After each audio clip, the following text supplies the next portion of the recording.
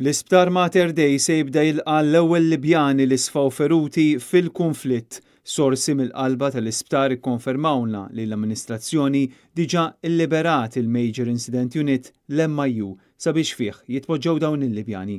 L-ajruplan li se jġib il-Libjani lejn Malta ilu f'pajjiżna mill-ħadd, ajruplan tat-tip Hercules C-130. Fl-aħħar 24 siegħa l-kap tal-politika barranija tal-Unjoni Ewropea Federica Mogherini appellat sabiex b'mod immedjat jiġi ordnat waqfim mill-ġdied fi Tripli sabiex ikunu jistgħu jinħarġu n-nies feruti. Il-komunità internazzjonali tinsab imħasba li s-sitwazzjoni fil-Libja tista' tkompli teskala.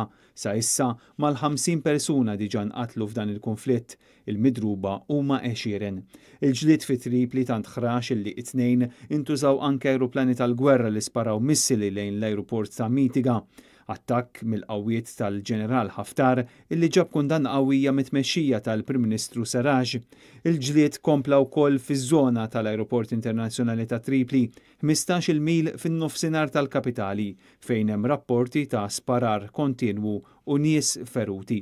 Intant dan l-istess konflitt wassal ukoll għal żieda fil-prezz internazzjonali taż-żejt. Il-prezz issa qabeż il-$71 għal kull barmil, l-ogħla prezz sa minn Novembru li għadda.